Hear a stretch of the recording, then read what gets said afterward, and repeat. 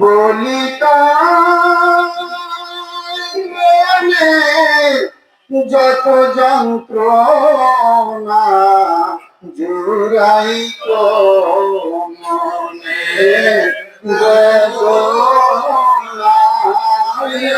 নবী সালাম আলাইকা ইয়া রাসূল সালাম আলাইকা ইয়া হাবিব সালাম আলাইকা সালামুল্লাহ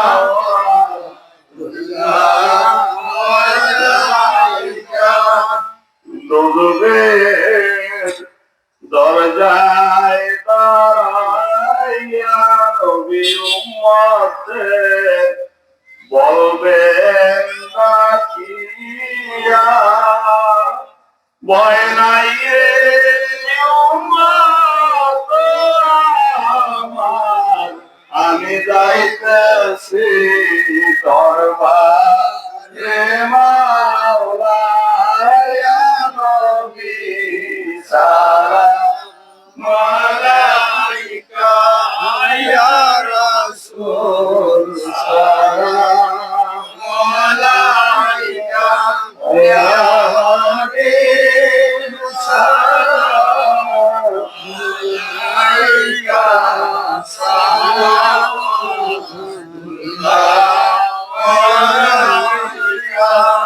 আমার মনে চায় আপনার দেখিবার, শব্দ নাই আপনার রওজাতে যাইবার, দেখাবেন আসিয়া তুমি গো ভগত করিয়া ইয়া নবী সালাম আলাইকা ইয়া রাসূল সালাম আলাইকা ইয়া হাবিব সালাম আলাইকা সালামুল্লাহ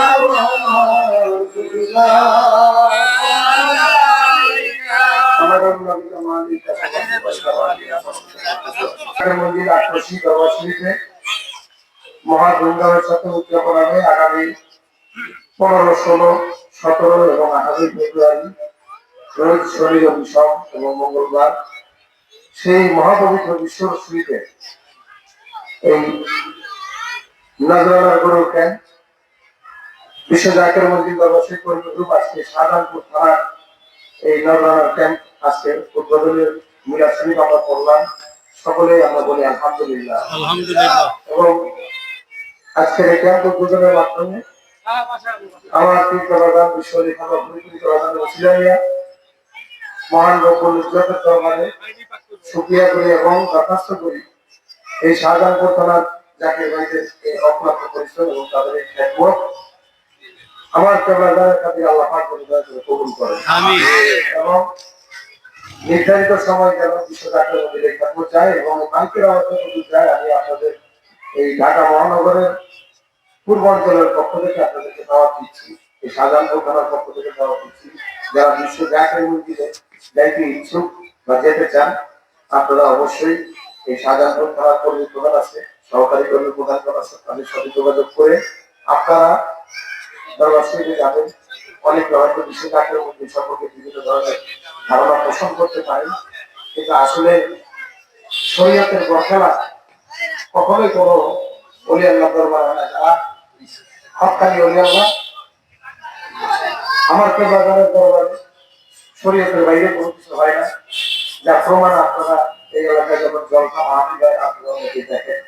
তা আমি আপনাদের সকলকে দাওয়াত করতেছি, আপনারা সকলেই ইনশাআল্লাহ যাওয়ার চেষ্টা করবেন।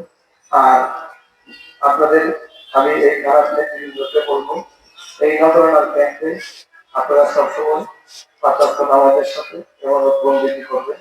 এবং আপনারা বিশ্ব জাকির মন্দিরে কি হয় এইখান থেকে যেন মানুষ বুঝতে পারে যে বিশ্ব জাকির মন্দিরে আসলে শরীয়তের খেলাফ কোনো কিছু হয় কিনা তা দেখার জন্য আপনারা, আমি মনে করি এই নজরানার এই ক্যাম্পের মধ্যে এবাদত বন্দী হইলে, কারণ আমাদের তরিকতে এই নকশবন্দিয়া মুজাদ্দিদিয়া তরিকায় আমাদের যে অজিফা কালাম আছে, প্রত্যেক ওয়াক্তের নামাজের সাথে আমাদের অজিফা কালাম, আমাদের এই যারা কোনো অজিফা কালাম বা আমাদের কোনো এবাদত বন্দী নাই।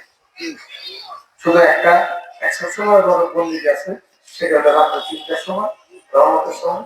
ওই সময় আমার কেবলা জান আমাদেরকে শিক্ষা দিচ্ছেন যে বাবা ওই সময় আল্লাহ প্রথম আসমানে নাইমে আসে, আল্লাহ নাইমে এসে ফেরেশতাদেরকে পাঠান, দেখে আসবো আমার কোন বান্দা কি করে।